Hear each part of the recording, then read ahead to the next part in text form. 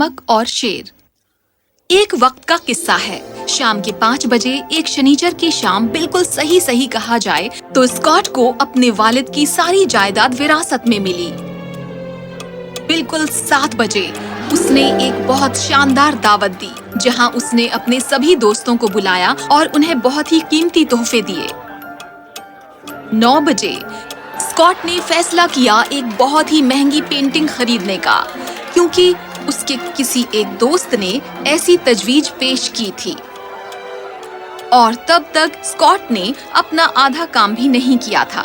جب تک دعوت ختم ہوئی، اسکاٹ سرپرست بن گیا تھا آسٹریلیا میں ایک کنگارو کا، اور چاند پر ایک پلاٹ خرید لیا تھا جس پر وہ کبھی نہیں جا پائے گا، اور اگلے دن کے لیے اس نے اس سے بھی اچھی دعوت کا اعلان کیا۔ وہ مجھ سے محبت کرتے ہیں اور مجھے یہ سب پسند ہے۔ وہ اس سے محبت نہیں کرتے تھے، اور جلدی ہی اسکاٹ اپنی دعوت میں اس سے واقف ہونے والا تھا۔ اگلے کچھ ہفتوں میں اسکاٹ نے مارس پلانٹ پر ایک پلاٹ خریدا اور کنگاروؤں کا سرپرست بنا۔ پھر دعوت در دعوت دیتا رہا جب تک وہ کنگال نہیں ہو گیا۔ اتنا کنگال کہ وہ لوگ جنہیں وہ اپنا دوست سمجھتا تھا، انہوں نے اسے دروازے کے باہر نکال دیا تھا، اور اب اسکاٹ کو اپنا گھر بیچنا پڑا کنگاروؤں کی پرورش کے لیے۔ میرے دوست مجھ سے محبت نہیں کرتے، میں ایک احمق ہوں۔ تمہیں معلوم ہے اسکاٹ، میں اکثر تم سے متفق نہیں ہوتا، پر اس میں تم سے پوری طرح متفق ہوں۔ تم ایک احمق ہو، ایک عظیم احمق۔ دراصل تم ایک سب سے بڑے احمق ہو جو آج تک اس زمین پر رہا ہوگا۔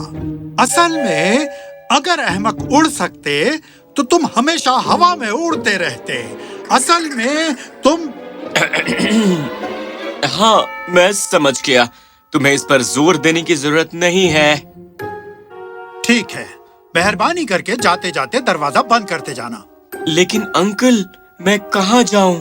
میرے پاس گھر نہیں ہے، میرے پاس کوئی پیسہ نہیں ہے۔ یہ میرا مسئلہ نہیں ہے بھتیجے، تمہارے پاس پیسہ تھا، اصل میں اس سے بھی کہیں زیادہ پیسہ جو اس وقت میرے پاس ہے، پر تم نے اس کی قدر کرنی نہیں سیکھی۔ پر اگر میں تمہیں یہاں رکنے دوں اس سب کے باوجود جو تم نے کیا ہے، تو تم کبھی نہیں سیکھ پاؤ گے۔ یہ تک بندی اچھی رہی، میں ایک شاعر ہوں اور مجھے اس کا علم بھی نہیں تھا۔ ٹھیک ہے، اب چلتے بنو۔ دل پر بوجھ لے کر اسکاٹ اپنے انکل کے گھر سے نکل آیا۔ ارے اسکاٹ، یہ لو ایک سیب، اس کا لطف اٹھاؤ۔ بھاری مایوسی لے کر اور ایک سیب لے کر اسکاٹ اپنے انکل کے گھر سے نکل آیا۔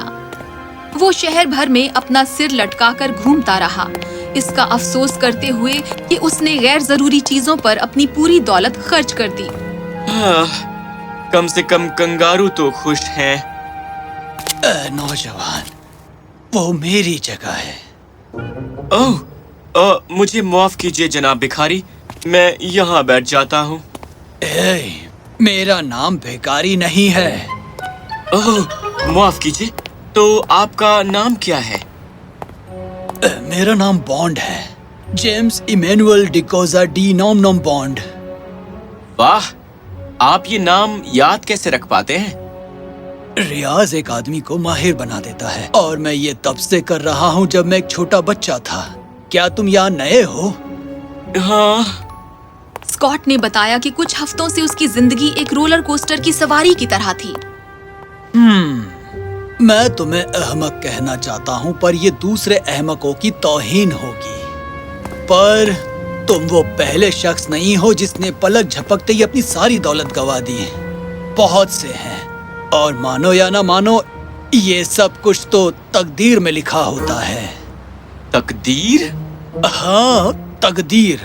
دیکھو، اس کے مطابق جو تم نے مجھے بتایا، ایسا لگتا ہے کہ تمہاری تقدیر تم پر رحم دل تھی، پر تم نے اسے ناراض کر دیا اس کی پرورش نہ کر کے، اور اب یہ تمہارے پاس سے بھاگ گئی ہے۔ اب میں کیا کروں؟ اگر میں تمہاری جگہ ہوتا، میں جا کر اسے تلاشتا، اسے حاصل کرتا اور کوشش کرتا اسے دوبارہ منانے کی اور پھر دوبارہ نصیب والا بننے کی۔ اور پھر تم نے کوشش کیوں نہیں کی اپنے نصیب کو ڈھونڈنے کی؟ کس نے کہا کہ میں تقدیر والا نہیں ہوں؟ مجھے دن میں 3 مرتبہ کھانے کو ملتا ہے۔ پورا شہر میرا گھر ہے۔ یہاں سے گزرنے والے مجھ پر رحم کرتے ہیں۔ اتنا نصیب میرے لیے کافی ہے، اور تمہارے ساتھ میری یہ بات چیت بھی کافی ہو گئی۔ اب مجھے تنہا چھوڑ دو۔ اوہ ٹھیک ہے، شکریہ۔ اسکاٹ اپنے نصیب کے بارے میں سوچنے لگا اور اسے علم نہیں ہوا کہ وہ کب سو گیا۔ اسے ایک خواب آیا جہاں اس نے دیکھا کہ اس کا نصیب ایک انسان کی طرح ہے، اس کی طرح ہی جو ایک اونچے پہاڑ کے اوپر بیٹھا ہے، اور وہ مایوس دکھ رہا ہے، بالکل اسکاٹ کی طرح ہی۔ ہاں، وہ میرا نصیب تھا۔ وہ مایوس لگ رہا ہے، مجھے اسے تلاشنا ہوگا۔ اور اس طرح اگلے دن اسکاٹ اس پہاڑ کو تلاشنے کے لیے نکل پڑا جس میں بینگنی رنگ کے پتوں والا درخت ہو۔ اس نے دریا کو پار کیا، وہ شہروں سے گزرتا گیا اور جنگلوں سے گزرا، جب تک کہ وہ ایک محل میں نہیں آ گیا جہاں اس نے ایک شیر کو ایک بڑے سے پتھر پر ایک جھرنے کے کنارے بیٹھے ہوئے دیکھا۔ اوہ نہیں! اے انسان، مجھ سے مت ڈر، آگے بڑھ۔ ٹھیک ہے۔ اسکاٹ تھوڑا ڈگمگاتے ہوئے چلنے لگا جب شیر نے اسے دوبارہ پکارا۔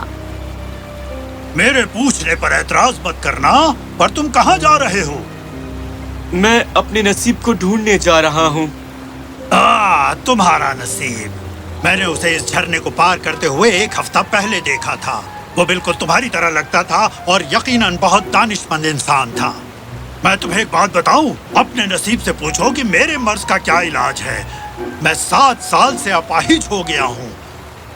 اگر تمہیں صحیح علاج مل گیا تو میں تمہیں انعام دوں گا۔ اسکاٹ نے سر ہلایا اور اپنی راہ پر چلا گیا۔ جلدی ہی وہ ایک خوبصورت باغیچے میں آ گیا جہاں بہت قسم کے پھل لگے تھے۔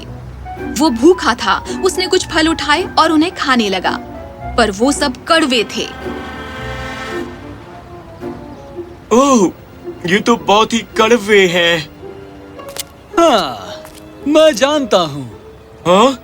تم کون ہو؟ میں اس باغیچے کا مالک ہوں۔ تم کون ہو اور تم کہاں جا رہے ہو؟